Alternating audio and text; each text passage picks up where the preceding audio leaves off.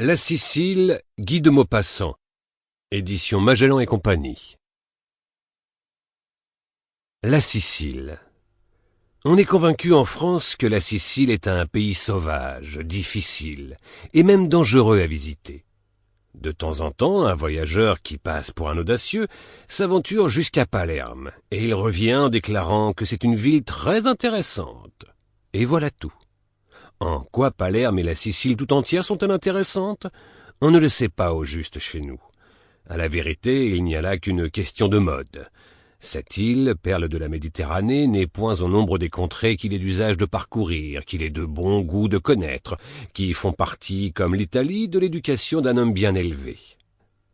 À deux points de vue cependant, la Sicile devrait attirer les voyageurs, car ses beautés naturelles et ses beautés artistiques sont aussi particulières que remarquables. On sait combien est fertile et mouvementée cette terre, qui fut appelée le grenier de l'Italie, que tous les peuples envahirent et possédèrent l'un après l'autre, tant fut violente leur envie de la posséder, qui fit se battre et mourir tant d'hommes, comme une belle fille ardemment désirée.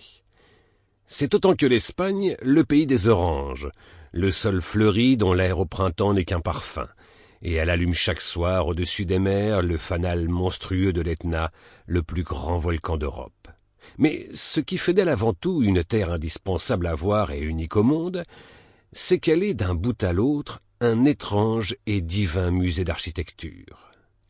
L'architecture est morte aujourd'hui, en ce siècle encore artiste pourtant, mais qui semble avoir perdu le don de faire de la beauté avec des pierres, le mystérieux secret de la séduction par les lignes, le sens de la grâce dans les monuments.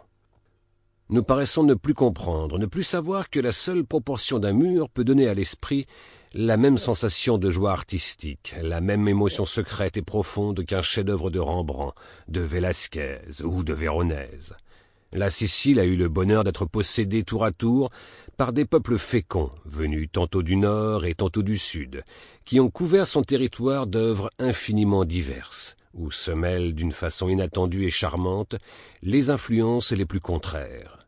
De là est né un art spécial, inconnu ailleurs, où domine l'influence arabe au milieu des souvenirs grecs et même égyptiens, où les sévérités du style gothique apporté par les Normands sont tempérées par la science admirable de l'ornementation et de la décoration byzantine.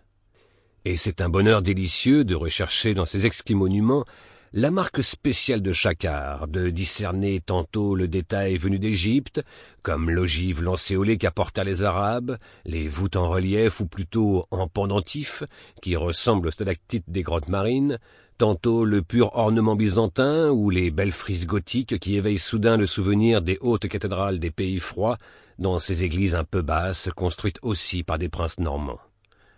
Quand on a vu tous ces monuments qui ont, bien qu'appartenant à des époques et à des genres différents, un même caractère, une même nature, on peut dire qu'ils ne sont ni gothiques, ni arabes, ni byzantins, mais siciliens.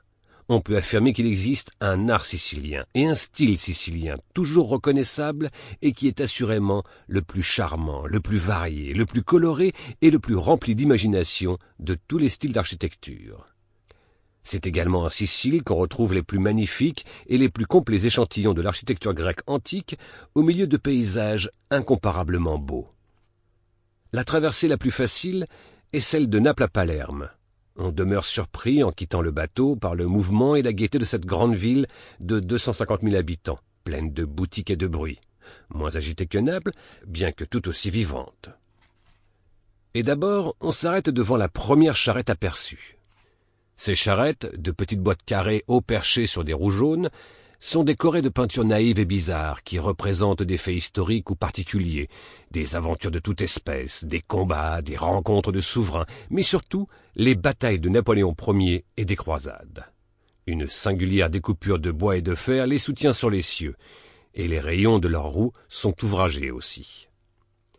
La bête qui les traîne porte un pompon sur la tête et un autre au milieu du dos, et elle est vêtue d'un harnachement coquet et coloré, chaque morceau de cuir étant garni d'une sorte de laine rouge et de menus grelots.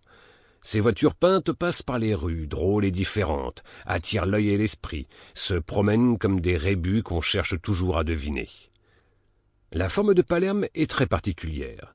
La ville, couchée au milieu d'un vaste cirque de montagnes nues, d'un gris bleu nuancé parfois Sample complete. Ready to continue?